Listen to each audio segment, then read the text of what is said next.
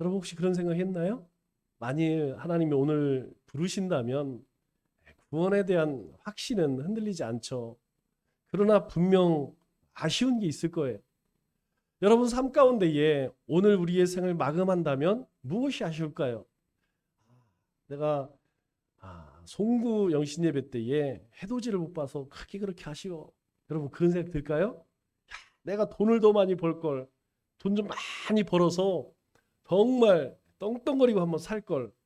그런 후회를 할까요? 아니면 내가 더 성공했으면, 내가 그렇게 좋아하던 취미생활 더 열심히 했으면, 여러분 그런 아쉬움이 우리의 삶 가운데 들까요? 아닐 겁니다. 제가 한 해를 이렇게 마무리하면서 가장 많이 후회되는 것이 무엇일까 많이 생각해 보니까 결국은 그러더라고요. 뭐 세상 사람들처럼 많은 걸 소유하고 많은 권세를 가지고 내 이름을 내는 것, 그거에 대해서는 조금도 아쉬움이 없습니다. 그거 못한 것 후회되지 않습니다. 그런데 한 가지 후회되는 것은 무엇이냐면 왜 내가 하나님을 더 사랑하지 못했을까? 이것만큼은 너무너무 후회가 돼요. 내가 더 예배를 열심히 준비할 걸, 더 열심히 기도할 걸, 더 말씀에 순종하고 더 열심히 전도 좀 할 걸. 올해 40일 작정전도를 3번 했어요. 그래도 너무너무 아쉬워. 한 영혼이라도 더 복음을 전할 걸, 더 진지하게, 더 매달려서. 왜냐하면 어른 때에는요, 그냥 하기 싫어서 그냥 억지로 작정을 했으니까 건성으로 한 적도 있습니다. 믿을라면 믿고 말라면 말고 이제 그런 마음으로 하루 하긴 해야 되니까 그때 정말 간절한 마음으로 할 걸. 이렇게 한 해를 정리하면서 생각해 보니까 그런 것들이 너무 아쉬워요. 또 한 가지는 무엇이냐면 우리 성도님들을 더 사랑할 걸. 그 생각이 들어요. 한 번이라도 더 전화를 하고 그리고 한 번이라도 더 대화를 나누고 그리고 그 마음 가운데에 힘들어하는 것 같이 나누고 왜 그렇게 하지 못했을까? 그런 생각들이 많이 들어요. 여러분은 어떻습니까? 오늘 죽는다면 아니 올 한 해를 보내면서 여러분 마음 가운데 가장 아쉬운 것이 무엇입니까? 아마 대부분 우리가 하나님을 섬긴다면 우리의 마음 가운데는 대부분 그런 마음이 들 거예요. 하나님 사랑과 그리고 우리의 가족에 대한 사랑, 우리 지체에 대한 사랑, 그리고 또 우리가 한 영혼에 대한 사랑, 그것에 대한 부족함에 대해서 아쉬움이 남을 거예요. 오늘 말씀을 보니까 이렇게 이야기하죠. 사랑하는 자들아. 사도 요한이 우리에게 사랑하는 자들아. 그러나 사실 이 말씀은 주님께서 하시는 말씀이죠. 하나님께서 하나님의 백성들에게 늘 말씀하시는 것이 무엇이냐면 이 저주받을 자들아 그렇게 말씀하지 않으세요. 하나님은 항상 우리가 하나님 앞에 설 수 있는 그런 완전한 조건을 갖지 않았다 할지라도 우리를 향해 뭐라고 말씀하시냐면 사랑하는 자들아. 왜? 하나님은 우리를 사랑하셨기 때문에 우리에게 예수님을 보내주셨어요. 그래서 오늘 뭐라고 이야기합니까? 우리가 서로 사랑하자. 우리가 서로 사랑하자. 사랑하지 못했다는 것이죠. 우리가 하나님을 사랑한다면 우리가 서로 사랑하자. 여러분 이 요한 일서가 언제 쓰여졌을까요? 이 요한 일서는 예수님의 사도들 가운데에 가장 오래 산 것이 바로 사도 요한입니다. 그렇기 때문에 이 초대 교회가 세워지고 초대 교회가 그리고 겪던 어려움들, 시험들 그것들을 다 보았어요. 그런데 이 사도 요한을 우리가 뭐라고 부릅니까? 사랑의 사도 이렇게 부르잖아요. 왜 그가 하나님은 사랑이시라 왜 사랑하라 그렇게 이야기했을까요? 예수님을 영접하고 처음에는 다 뜨겁습니다. 우리가 새해를 시작할 때에도 마찬가지예요. 새해를 시작할 때는 막 비전을 가지고 목표를 가지고 열심히 기도도 하고 또 달려갑니다. 그런데 3월, 6월, 9월 그러다가 한 10월, 11월쯤 되면 흐지부지 이렇게 끝나는 경우가 너무 많다는 것이죠. 오늘 사도 요한은 우리에게 서로 사랑하라, 서로 사랑하자. 우리가 하나님께서 우리를 사랑하신 것처럼 우리도 서로 사랑하자. 그렇게 하지 못했다는 것이죠. 초대교회 가운데서도 그렇게 점점 시간이 지나면서 이 교회 안에 지체들 간에 서로 사랑하지 못했다는 것이죠. 왜 우리가 사랑해야 하느냐? 이렇게 이야기합니다. 사랑은 하나님께 속한 것이니 사랑하는 자마다 하나님께로부터 나서 하나님을 알고, 이렇게 이야기해요. 우리가 하나님의 사랑을 안다는 것, 또 우리 지체를 사랑하고 한 영혼을 사랑한다는 것, 그것은 바로 우리가 하나님으로부터 났다는 거예요. 그래서 하나님의 사랑을 알고 그리고 그 사랑을 깨닫고 증거할 수 있는 그런 존재라는 것이죠. 그런데 돌아보면 어떻습니까? 우리가 한 해를 돌아보면 그렇게 하지 못한 것이 훨씬 많다는 것이죠. 우리 지체들을 향해서, 우리 이웃들을 향해서, 또 우리가 품은 그 예비 신자들을 위해서, 심지어는 가족도 마찬가지예요. 그렇게 우리가 사랑한다라고 했지만 실제적으로 우리 가운데에 진심이 담겨 있는 그런 사랑을 해본 적은 그렇게 많지 않다는 것이죠. 그래서 아쉬워요. 우리가 한 해를 돌아보면서 정말 아쉬운 것이 바로 이것이라는 것입니다. 그래서 사도 요한은 우리에게 너희가 하나님께 속하고 그 사랑을 경험했지 않느냐, 또 뭐라고 이야기합니까? 9절로 10절 말씀을 보니까 사도 요한이 그렇게 이야기하는 이유가 있어요. 그것이 무엇이냐면 바로 하나님이 보이신 사랑이 어떠한 것인지 우리에게 다시 한번 말씀합니다. 여러분, 사람은 아무 조건 없이 사랑하기가 참 어려워요. 어렵습니다. 죄된 그런 존재가 하나님 마음을 품고 살아가기가 결국 쉽지 않다는 것이죠. 그래서 우리에게 분명한 표징을 보여주셨어요. 그것이 무엇이냐면 이렇게 이야기합니다. 19절 말씀을 보니까 하나님의 사랑이 우리에게 이렇게 나타난 바 되었으니, 하나님의 사랑이 우리 가운데에 이렇게 나타났대요. 어떻게? 하나님이 자기의 독생자를 세상에 보내심은 우리를 살리려 하심이라, 이렇게 이야기해요. 여러분, 세상에서 가장 중요한 것은 여러분 뭘까요? 우리가 살아가면서 물질 그 물질이 주는 그 즐거움이 너무 크기 때문에 우리는 우리의 생명이 얼마나 소중한지 잘 모릅니다. 우리의 생명이 없다면 여러분, 물질이 무슨 소용이 있겠어요? 권세가 무슨 소용이 있겠습니까? 아무리 큰 집, 그리고 좋은 옷, 좋은 음식, 무슨 의미가 있겠어요? 여러분, 만일 우리 가운데 예수 그리스도가 없었다면 우리는요 영원히 멸망당할 그런 존재예요. 저는 이 코로나 시대를 지나면서 굉장히 많이 묵상합니다. 정말 하나님 앞에 섰을 때에 나는 칭찬을 받을 것인가, 책망을 받을 것인가. 그런데 칭찬받을 일은 생각이 안 나요. 돌아보면 하나님께 책망받을 만한 그런 생각밖에 나지 않더라고요. 왜 그럴까? 돌이켜 생각해 보면 결국은 그것입니다. 하나님께서 우리를 얼마나 사랑하시는지 그것을 잊고 살 때가 너무 많이 있다는 것이죠. 하나님께서 왜 예수님을 보내주셨는지, 그 예수님께서 십자가를 지신 그 대속의 의미가 무엇인지, 사실 우리는 예수님을 사랑합니다, 예수님 말씀을 의지합니다 라고 이야기하지만 여러분, 하루를 살아가면서 몇 번이나 그런 생각을 할까요? 만일 한다면 그럴 거예요. 우리가 기도할 때나 아니면 우리가 큐티할 때나 잠깐 하나님께서 우리를 이렇게 사랑하시구나, 아니면 우리가 어떤 큰 위험 가운데 있을 때에 잠시 그런 생각을 하겠죠. 대부분 시간은요, 하루 24시간 가운데에서 정말 하나님이 나를 사랑하셔서 독생자를 보내주셨구나, 여러분, 이 생각을 잊고 살 때가 너무나 많다는 것이죠. 그렇기 때문에 우리는 하나님 사랑도 제대로 하지 못해요. 하물며 우리 이웃을, 우리 지체를 더더욱 어렵다는 것이죠. 그래서 오늘 사도 요한은 우리에게 권면하기를 뭐라고 이야기합니까? 하나님의 사랑이 우리 가운데에 어떻게 나타났는지 너희가 그것을 한번 생각해봐라. 하나님께서 우리를 너무나 사랑하셔서 친히 이 땅에 사람으로 오셨지 않느냐.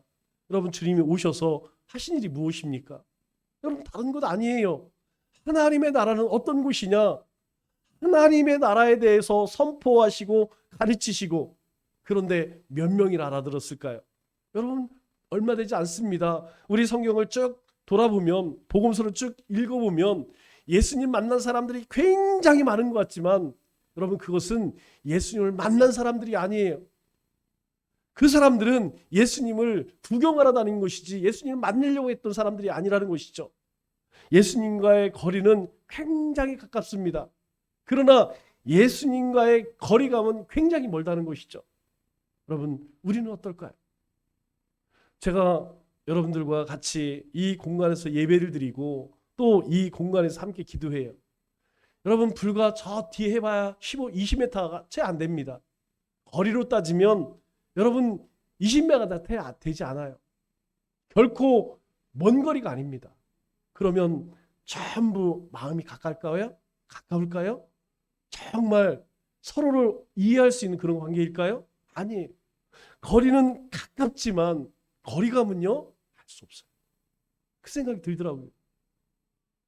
주님께서는 내가 너희를 위해 독생자를 보냈다. 내가 이렇게 너희를 사랑한다. 그렇게 우리에게 말씀하시며 다가오는데 우리가 주님을 향한 거리감은요, 너무나 멀다는 것이죠.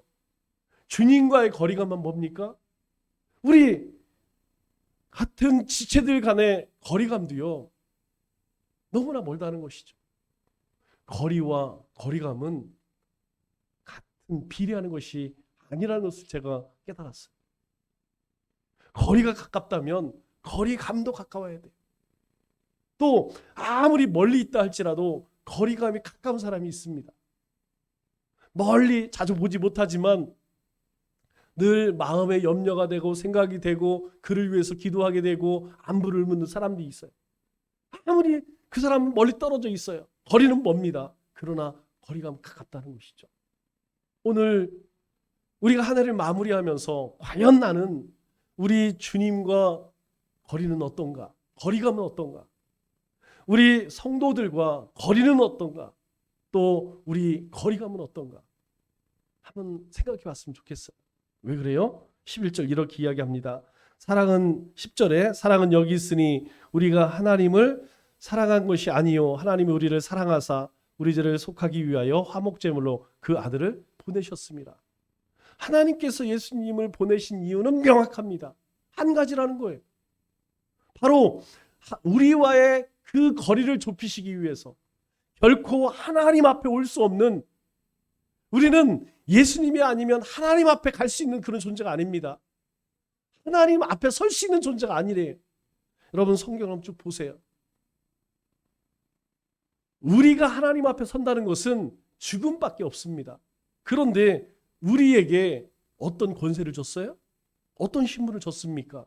하나님 아버지, 하나님 아빠 아버지라고 부를 수 있는 그런 신분의 변화를 주셨고 그런 권세를 주셨다는 거예요. 어떻게 얻었습니까? 바로 하나님께서 우리를 먼저 사랑하셔서 예수 그리스도를 대속 제물로 그렇게 주셨기 때문에 가능케 되었다는 것이죠. 그런데 실상 우리의 삶은 어떻습니까? 그렇게 하나님께서 우리를 너무나 사랑하셔서 예수님을 보내주시고 그 예수님을 통하여서 하나님 앞에 나아가서 당당하게 한 번도 하죠. 여러분, 우리가 주님의 이름을 부를 때마다 여러분 그런 생각 들지 않습니까? 저는 매일 아침 하나님 앞에 그렇게 기도할 때마다 제 자신이 부끄러워요. 어제도 그렇게 하나님 앞에 이름을 부르면서 이렇게 살겠습니다. 저렇게 살겠습니다. 그냥 다짐을 하고 그냥 그렇게 했지만 전날의 삶을 돌아보면요, 엉망진창이에요. 똑같습니다. 별반 바뀐 게 없어요. 우리 1월에 다짐하지만 여러분 오늘 12월 30일 돌아보면 우리가 하나님 앞에 어떤 모습으로 살았습니까? 정말 주님이 없으면 내가 못 살겠구나. 나는 주님을 너무나 사랑해서 나는 너무너무 행복해.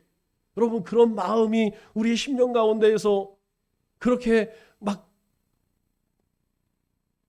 여러분 어떻습니까? 그렇지 않다는 것이죠.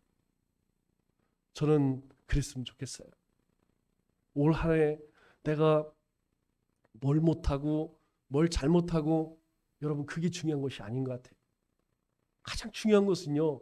과연 나는 주님을 얼마나 사랑했는가? 나는 주님을 얼마나 사랑했는가? 그 주님을 위해서 내가 무엇을 했는가?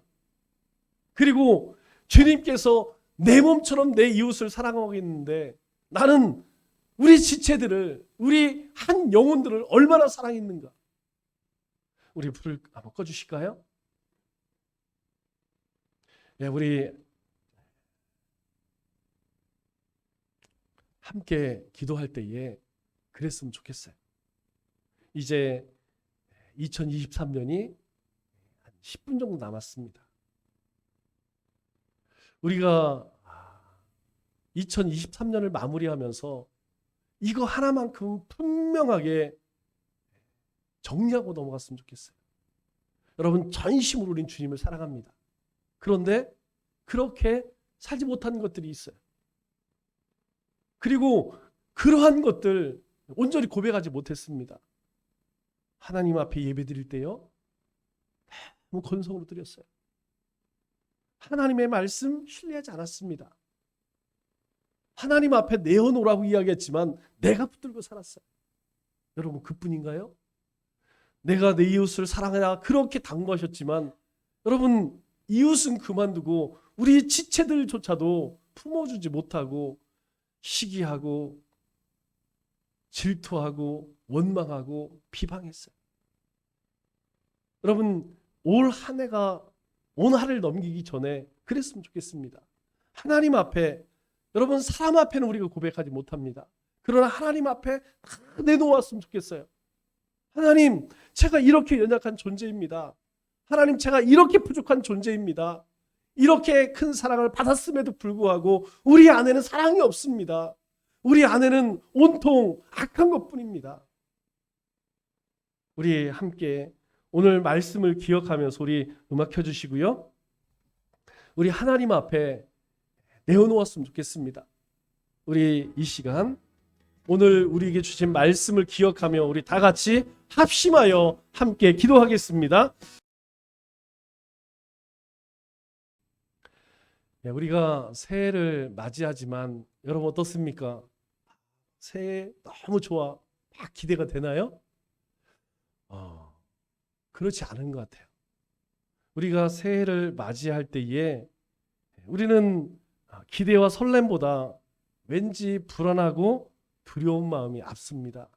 특별히 우리가 코로나 팬데믹을 지나면서 국제 정세가 어때요? 여러분 지금도 저 이스라엘 땅에서는 전쟁이 벌어지죠? 오늘도 수십 명, 수백 명이 죽어가요. 저 우크라이나에서도 마찬가지고요.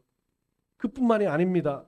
지금 세상 곳곳에서 기근과 질병으로 얼마나 많은 사람들이 고통당하고 있는지 몰라요. 그러한 것들은 우리가 직접 경험하는 것이 아니기 때문에 사실 피부로는 와닿지 않습니다. 그런데 여러분 우리가 시장을 나가서 또 살아가는 사람들에게 물어보면 살기가 너무 힘들대요. 여러분들도 다 경험하죠? 이번 상품을 준비하면서 우리 이 일을 하시는 분들이 전부 저에게 와서 한탄을 해요. 목사님 물가가 너무 올랐어요. 준비할 게 없습니다. 다 가격이 올랐대요. 여러분 실제적으로 우리 이 삶의 피부로 다가오는 것은 이 경제가 얼마나 심각해지고 있는지 여러분 우리나라만 그런 것이 아닙니다. 전 세계가 이제 조금씩 침체의 늪으로 가고 있다는 것이죠. 여러분 그것은 곧 우리 생활하고 직결이 돼요. 여러분 인구는 어떻습니까? 이제 0.7이래요. 작년에는 0.78이었는데 0.7로 떨어졌습니다. 이제 점점점 애들 보기가 힘들어져요. 우리가 들려오는 소식 가운데에서 막 희망이 되는 그런 소식이 별로 없습니다. 들려오는 소식들을 우리가 들어보면 그냥 불안하게 해, 두렵게 합니다. 그런데 하나님께서는 우리에게 뭐라고 말씀하시냐면 역사의 주관자는 하나님이시다. 항상 이렇게 말씀하세요. 너희가 볼 것은 그 땅에서 이루어지고 있는 그 일을 보라는 것이 아니에요. 경제가 어려운 것, 전쟁이 일어나고 기근과 질병, 이것 때문에 너희가 두려워하지 말라는 것입니다. 왜냐하면 하나님이 바로 역사의 주관자시라는 거예요. 그 하나님께서 우리의 삶 가운데 앞서가셔서 모든 것을 다 준비해야 하신다는 것이죠. 우리의 삶을 예비하신다는 것입니다. 여호와 이레의 하나님께서 하나님 백성들의 삶에 이미 앞서가셔서 하나님께서 다 예비해 두신다는 거예요. 그렇기 때문에 두려워하지 말라는 거예요. 저는 여러분들이 2024년을 시작하면서 가장 먼저 이 말씀을 붙들었으면 좋겠습니다. 하나님은요, 우리가 소망하는 것, 우리 가운데 하나님을 기쁘시게 하는 그런 마음이 있다면, 그런 계획이 있다면 하나님은 이미 그 일을 이루실 모든 준비를 다 하셨다고 저는 생각해요. 올해 표어가 너는 복의 근원이 될지라, 우리 예전 성경 말씀으로 제가 사용했어요. 이것이 훨씬 어감이 좋아요. 복이 될지라 이거보다 복의 근원이 될지라. 하나님은 우리를 그렇게 쓰실 줄 믿습니다. 하나님 그렇게 쓰실 거예요. 이 악한 시대, 이 힘겨운 시대에 하나님께서는 우리를 예비하셔서 우리로 하여금 이 세상에 가장 필요한 곳에 그렇게 쓰임받게 하실 것입니다. 오늘 본문에서 하나님께서 이제 광야의 길로 들어선 이스라엘 백성들보다 앞서서 어떻게 인도하세요? 구름 기둥으로, 불 기둥으로 인도하시는 하나님의 은혜를 우리가 발견합니다. 이스라엘 백성들이 애굽 땅에서 430년 동안 종살이 하다가 이제 이 애굽을 떠나서 숫곳이라고 하는 곳에 도착을 합니다. 그런데 애굽 땅을 나오긴 했지만 여러분, 이 광야 가운데에서 여러분 앞길이 막막하죠. 여러분, 우리가 우리의 삶을 가만히 들여다보면 어떻습니까? 우리가 지난 2023년을 살아온 것을 생각하고 또 한 해를 살아갈 것을 생각하면 여러분, 사실 오늘 이스라엘 백성들처럼 막막해요. 최종 목적지, 여러분 거기는 가나안 땅이에요. 그건 압니다. 그런데 하나님께서 어떻게 가라 말씀하지 않으세요. 애굽 땅을 나오기는 했지만 가나안 땅으로 가야 한다는 걸 알고 있지만 어떤 길로 어떻게 가야 하는지 도통 알지를 못해요. 이 숫곳에서 가나안 땅으로 가는 세 가지 길이 있습니다. 첫째는 지금 전쟁이 벌어지고 있죠. 가자지구, 팔레스타인 지역이죠. 여러분, 그곳이 예전에는 블레셋 땅이었습니다. 저 지중해 해안 쪽이죠. 가장 빠른 길은 그 길이에요. 그 길로 바로 올라가면 열흘길이라고 합니다. 200만이었기 때문에 조금 더 시간이 걸리지만 여러분, 아무리 길어도 20일째 걸리지 않아요. 아주 빨리 갈 수 있는 길이죠. 또 그 중간에 있는 가데스 바네아를 거쳐서 올라가는 길이 있어요. 이것이 두 번째 빠른 길이에요. 그리고 세 번째는 바로 이 홍해를 건너서 광야길을 돌아서 가는 길입니다. 그런데 하나님께서 이 이스라엘 백성들을 어떻게 인도하셨습니까? 오늘 20절 말씀을 보니까 이렇게 이야기해요. 숫곳을 떠나서 광야 끝 에담의 장막을 치니, 아니 블레셋 땅으로 가면, 가데스 바네아로 가면 금방 갈 수 있는데 광야 끝에 있는, 광야 끝이라는 것은 이제 광야가 시작되는 곳이에요. 이 에담에서 이제 끝이 없는 광야길로 접어들었다, 이렇게 이야기하는 것이죠. 그러면 왜 하나님께서 가까운 길을 놔두고 먼 길 그렇게 돌려서 가나안 땅으로 인도하실까요? 여러분, 그 이유는 하나입니다. 바로 안전 때문이에요. 빨리 가면 좋죠. 그러나 문제는 그곳에 애굽의 수비대가 있어요. 그뿐만 아니라 이 블레셋 도적제들이 있습니다. 여러분, 블레셋은 이후에도 이스라엘 백성들을 얼마나 괴롭힌지 잘 아시죠? 여러분, 다윗 왕에게 그렇게 두드려 맞아도 끊임없이 이스라엘 괴롭혔던 것이 블레셋입니다. 그들은 아주 호전적인 사람들이에요. 말 안 듣습니다. 지금까지도, 오늘날까지도 그렇게 싸우고 있어요. 오늘날 하마스라는 이름으로, 여러분 잘 모르시는 분들은 막 이스라엘이 요즘에 막 가서 막 그냥 폭격을 하니까 이스라엘 나쁜 놈들이라 그렇게 하는데, 여러분 그 전쟁을 누가 먼저 시작했나요? 누가 먼저 시작했어요? 오늘 갑자기 그냥 우르르 몰려가 갖고 축제에 있는 사람들 데려다가 그냥 죽이고 끌고 와서, 여러분 그 길로 하나님께서는 보낼 수가 없었어요. 그렇기 때문에 하나님께서는 멀지만 가장 먼 길, 멀기는 하지만 가장 안전한 길로 인도하셨다는 거예요. 하나님께서는 우리의 삶을 어떻게 인도하실까요? 목숨을 건 그런 위험천만한 길로 인도하실까요? 그래, 내가 내 뜻을 이루기 위해서 내가 너희들에게 모험심을 주겠다. 너희는 어떤 위험이라도 다 감수하고 내가 너희에게 그렇게 명령한 것, 너희에게 당부한 것, 그거 이루어. 그럼 그럴까요? 아닙니다. 하나님은 절대 우리의 삶을 그렇게 인도하지 않았어요. 우리가 비록 더 수고하지만, 더 힘이 들지만 하나님께서는 우리를 가장 안전한 길로 인도하신다는 거. 이거 믿으셔야 됩니다. 아, 내 삶에는 왜 이렇게 힘겨운 일들이 많아? 나는 왜 이렇게 몸이 아프지? 아, 우리의 자녀들은 왜 이렇게 안 풀려? 그것이 안전하기 때문이에요. 하나님께서 우리를 가장 안전하신 길로 인도하시기 때문에 때로는 하나님께서 우리에게 건강을 허락하지 않으실 때도 있어요.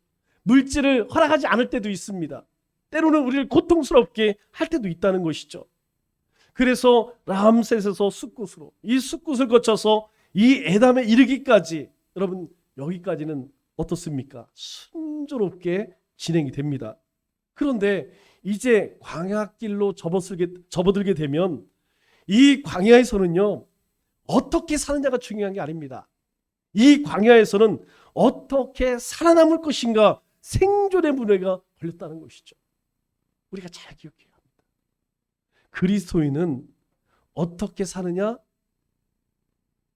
여러분 이거 걱정할 필요 없다는 거예요. 이미 하나님께서 우리에게 약속하셨어요. 우리는 분명한 목적이 있습니다. 우리는 하나님 나라의 백성으로 하나님의 뜻을 쫓아 하나님 주신 믿음으로 살아가는 자들이에요. 그렇다면 우리가 세상 가운데 하나님의 사람으로, 이 광야 같은 세상 가운데에서 거룩한 하나님의 백성으로 어떻게 살아남을 것인가? 우리는 날마다 고민할 수 있어야 돼요. 광야는 죽음의 땅입니다. 여러분 우리가 가보지 않았지만 가보신 분들은 알아요. 우리 TV로 봐서 광야에 혹시 여러분 나무가 있는 걸 보았나요? 여러분 광야 가운데에 시냇물이 흐르는 거 보았나요? 없습니다. 광야 가운데에서 농사 짓는 거 보셨나요? 그곳에서 카페를 지어놓고 커피 팔고 음료를 파는 곳 보았나요? 없어요. 여러분 광야에 가면 아무것도 없습니다. 물도 없고 쉴 만한 것도 없고 양식도 얻을 수 없어요. 한마디로 죽음의 땅이라는 것이죠. 가장 무서운 것은 다른 게 아니에요. 낮에는 너무 뜨겁습니다. 우리가 상상할 수 있는 상상 이상으로 추워요. 덥습니다. 밤에는요, 상상할 수 없을 만큼 추워요. 우리가 온도를 따지면 밤에는 대략 10도 안팎입니다. 낮에는 45도 이상은 되겠죠. 하루 일교차가요 30도가 넘어요. 낮에 그 뜨거운 가운데에서 해 떨어지면요, 우리로 10도 정도 되면 견딜만 하죠. 오돌오돌 떨립니다. 오돌오돌 떨려요. 그래서 이 성지순례 가시는 분들이 이 광야에 가면 반드시 꼭 챙겨가야 게 뭐라고 그랬죠? 감기약. 너무너무 춥습니다. 상상을 초월해요. 입이 달달달 떨려요. 그런데 하나님께서는 그 길로 인도하십니다. 여러분, 이 광야에서 방향을 잡을 수 있을까요? 길이 있을까요? 이정표가 될 만한 지형이나 지물이 있을까요? 없습니다. 길이 낫다 할지라도 모래 폭풍 한번 불고 나면 다 사라지는 곳이 이 광야예요. 그러나 하나님께서는 하나님이 택한 백성, 이스라엘 백성들이 위험과 위기가 닥치기 이전에 그들이 사람이 살 수 없는, 도저히 생존할 수 없는 그곳에 하나님께서 은혜를 베푸셨다는 거예요. 21절 말씀을 보니까 이렇게 말씀합니다. 낮에는 구름 기둥으로 그들의 길을 인도하시고 밤에는 불기둥을 그들에게 비추사 밤이나 낮이나 진행하게 하시니, 멈추지 않았다는 거예요. 무엇을 향해? 가나안 땅을 향해, 하나님의 약속을 땅을 향해서 그들은 밤이나 낮이나 진행하게 했다는 거예요. 어떻게? 낮에는 구름 기둥으로, 너무 덥기 때문에 구름으로 가리셨다는 거예요. 밤에는 너무 춥기 때문에 이 불기둥으로 데피셨다는 거예요. 그리고 이 구름 기둥과 불기둥으로 방향을 하나님께서 설정하셨다는 거예요. 그래서 이 구름 기둥을 쫓아가면, 불기둥을 따라가면 길을 잃지 않다는 것입니다. 뭘 의미해요? 여러분, 광야에서 가장 필요한 게 뭡니까? 여러분, 실제적인 도움이 필요한 거 아니겠습니까? 우리의 삶에도 마찬가지예요. 우리의 삶에 가장 필요한 것이 무엇일까요? 먹고 마시고 있는 의식주의 문제예요. 하나님께서 이스라엘 백성들에게 구름 기둥과 불 기둥으로 인도하셨다면 오늘 이 시대 우리에게 비춰주시는 구름 기둥과 불 기둥은 뭘까요? 우리가 살아가는 이 시대에, 이 험악한 시대에 하나님께서 우리에게 비춰주시는 구름 기둥과 불 기둥은 뭘까요? 말씀과 기도라는 거예요. 여러분, 이 세상, 광야 같은 세상을 살아가는 우리에게 우리의 지켜주는 것이 물질 아닙니다. 권세 아니에요.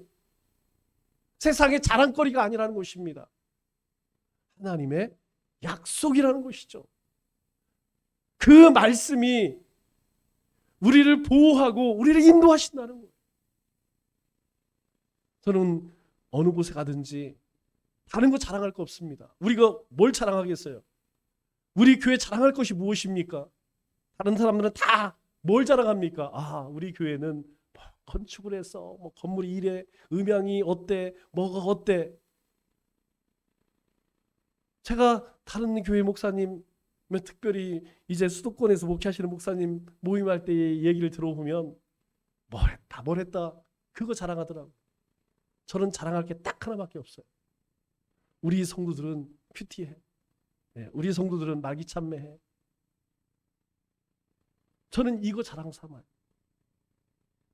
그 어느 교회 어떤 성도보다 우리 전체적인 성도를 볼 때에 우리 교인들만큼 이렇게 많이 큐티하고 이렇게 많이 말기참매하는 사람 제가 이제까지 본 적이 없어요. 어느 교회와 비교해 퍼센트로 따진다고 하면 인원수야 적기 때문에 몇 명 안 되지만 퍼센트로 따지면 여러분 우리 교회 따라올 데가 없습니다. 뭘 얘기할까요? 적어도 우리 삶에는 하나님의 구름 기둥과 불 기둥이 살아있다는 거예요. 이거 붙들어야 합니다. 이거 쫓아가야 합니다. 아, 나는 구름 기둥이 싫어. 아, 난 불 기둥이 싫어. 여러분, 살아갈 수가 없어요. 방향을 잃습니다. 우리 신앙생활 가운데 방향을 잃게 되면 여러분 이 광야에서는 끝이에요. 이 세상 삶에서 방향 잃어버리면 끝입니다. 우리의 삶은요, 영락 없이 하나님과 아무 상관없는 인생을 살아갈 수밖에 없다는 거예요. 우리가 하나님의 말씀을 통하여 기도를 통하여서 방향을 잡아야 돼요. 그리고 그 방향을 쫓아가야 합니다. 그 방향이 뭐예요? 예수 그리스도예요. 예수 그리스도를 바라보고 예수 그리스도를 향해 나가야 합니다. 이미 우리의 삶의 목적지는 하나님께서 약속하셨어요. 하나님의 나라, 그 영원한 나라. 그러나 우리가 이 땅 가운데 실제적으로 도움을 받기 위해서는, 하나님의 살아계심을 경험하기 위해서는 이 구름 기둥 속으로, 불 기둥 속으로 그렇게 들어가야 한다는 것이죠. 여러분, 이 구름 기둥과 불 기둥은 아주 특별한 상징적 의미가 있습니다. 단순히 구름 기둥일까요? 단순히 불 기둥일까요? 아닙니다.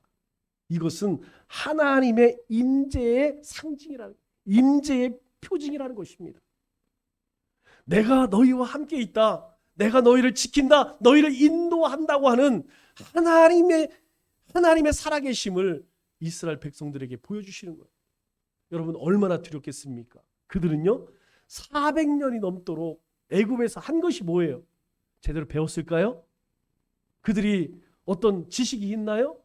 아니에요. 그들은 노예로서 그렇게 착취당하는 인생을 살았습니다. 오죽하면 하나님 앞에 살려달라고 하나님께서 그 신음소리를 들으시고 모세를 보내셨다고 말씀하잖아요. 그들은요 절망 가운데 놓여 있었어요. 그들이 할 수 있는 것은 아무것도 없었습니다. 그런 그들이 이제 그들이 광야에 들어섰을 때 얼마나 두려웠을까요? 도대체 여기서 어떻게 살아남으라고, 여기서 어디로 가야 하냐고. 여러분, 그때에 하나님께서 이 구름 기둥과 불 기둥을 인도하시며 이스라엘 백성들은 하나님이 우리와 함께 하시는구나. 우리가 하나님의 말씀을 붙들면, 우리가 하나님의 말씀에 귀를 기울이면 여러분, 우리는 두렵지 않아요. 담대해진다는 것이죠. 비록 척박한 광야지만 하나님의 인도하심을 의지해 이 가나안 여정 끝까지 참고 인내하며 하나님의 약속을 성취하기 위해서 바로 하나님은 이스라엘 백성들을 구름 기둥으로 불 기둥으로 인도하신다는 것이죠. 하지만 이스라엘 백성들이 어떻습니까? 하나님이 이렇게 약속하셨어요. 그럼에도 불구하고 이제 14장을 보면 무슨 사건이 나와요? 홍해 사건이 나옵니다. 홍해 앞에 이스라엘 백성들이 이제 진퇴양난이에요. 나가지도 못하고 돌아가지도 못하고, 그때에 그들은 어떻게 합니까? 하나님을 향해서 그들의 지도자인 모세를 크게 원망하고 불평하는 거예요. 그들은 이 홍해 앞에서 구원의 그 감사 다 잃어버렸습니다. 감격 다 잊어버렸어요.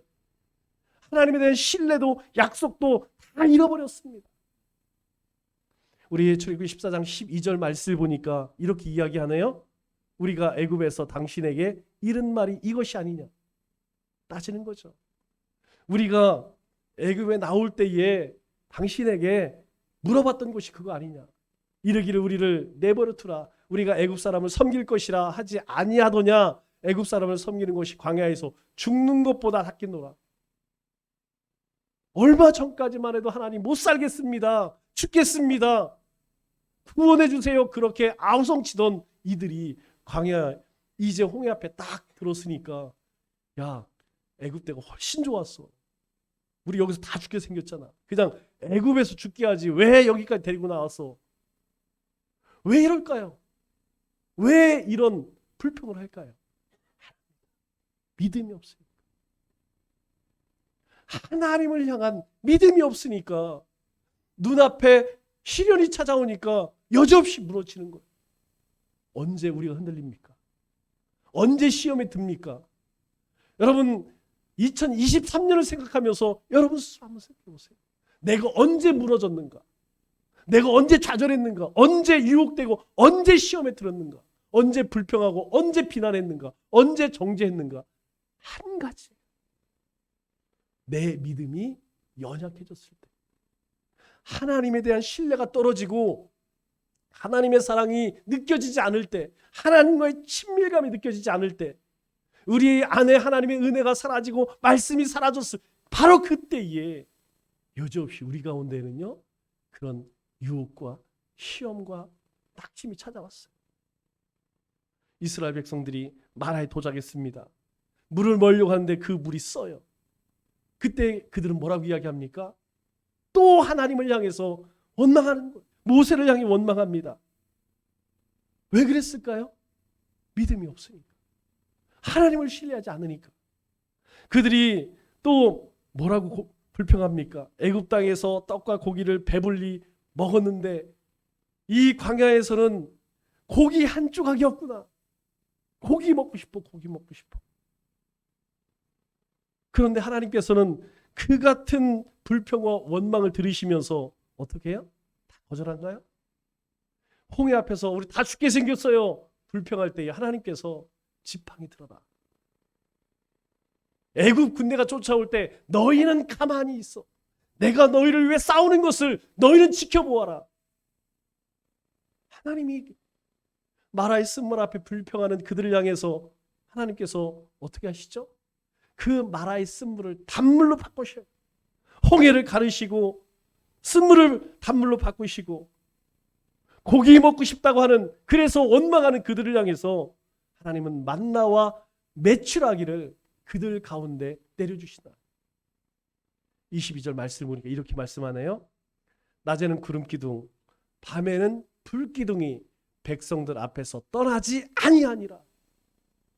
여러분, 이 말씀을 붙들어야 합니다. 백성들 앞에서 떠나지 아니하니라. 하나님께서 이스라엘 백성들과 함께 하셨다, 지키셨다, 인도하셨다라는 것을 말씀하는 거예요.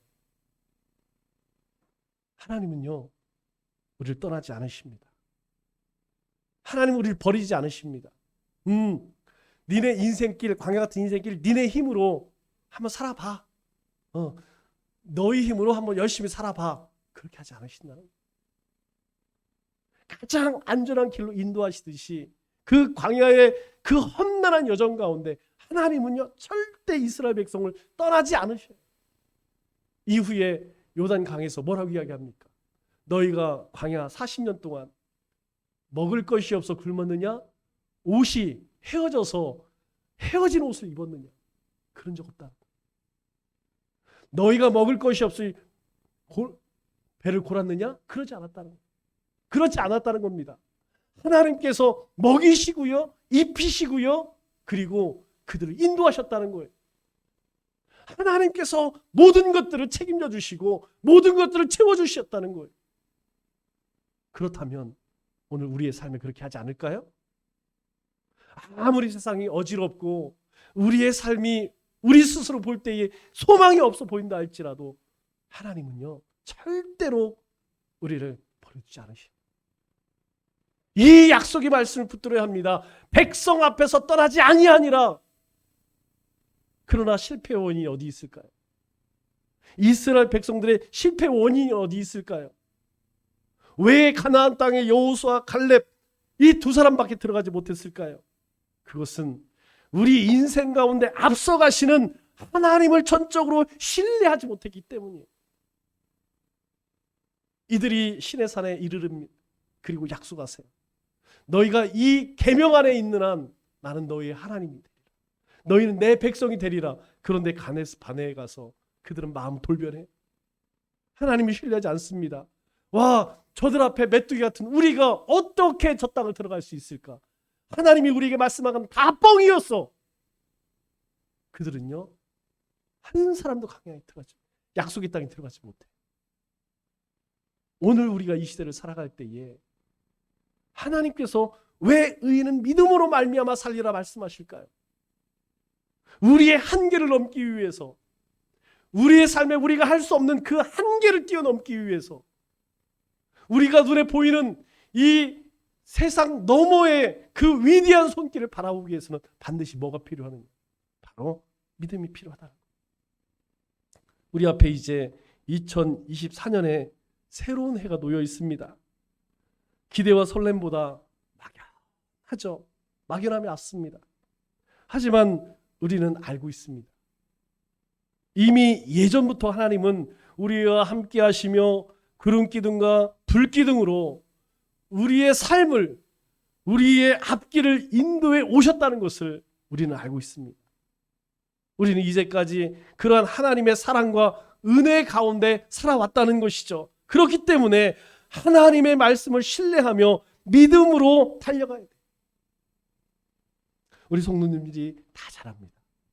제가 보면 우리가 뭐 시스템이 이래서 그렇지 우리 찬양단 여러분 만일 저 뭐 헤어롬 교회나 뭐 한성 교회나 이런 데 보내 거기 시스템 가서 찬양하면 전혀 뭐 우리 요즘에 드럼 뭐 기타 제가 보면 뭐 웬만한 수준의 제가 볼 때는 뭐 훨씬 나아요. 훨씬 낫습니다. 우리 성도님들 봉사하시고 섬기고 일하는 거 보면 정말 잘해. 깜짝깜짝 놀랍니다. 정말 잘해. 우리가 어떤 행사하자 마음만 모아지면 정말 잘합니다. 그런데 한 가지 부족한 게 있어요. 제가 우리 남천교회에서 한 가지 부족한 거. 기도하는 거. 기도가 조금 약해. 그래서 2024년에는 기도하는 일에 더 힘을 쓰려고 합니다. 더 많이 가르치려고 해요. 여러분 우리가 하나님의 약속을 우리의 삶 가운데 실현하기 위해서 증명하기 위해서는 반드시 기도해야 돼요. 기도해야 돼요. 기도 없이는 하나님의 인도하심 가운데 살아갈 수 없어요. 오늘날 구름기둥과 불기둥은 보이지 않지만 하나님의 말씀이 우리의 길을 비춰주십니다. 또 예배와 경건 생활은 하나님의 함께하심과 인도하심을 확인하게 합니다. 무엇보다 주님의 약속대로 성령님께서 우리와 함께하십니다. 말씀을 맺겠습니다. 새해를 맞이하여 우리는 앞서가시는 하나님의 인도하심을 깨닫고 하나님의 함께하심을 신뢰하며 하나님 우리에게 주어진 여정을 우리 주님과 함께 걸어가는 우리 믿음의 권속들 다 되시기를 주님의 이름으로 축원합니다. 기도하겠습니다.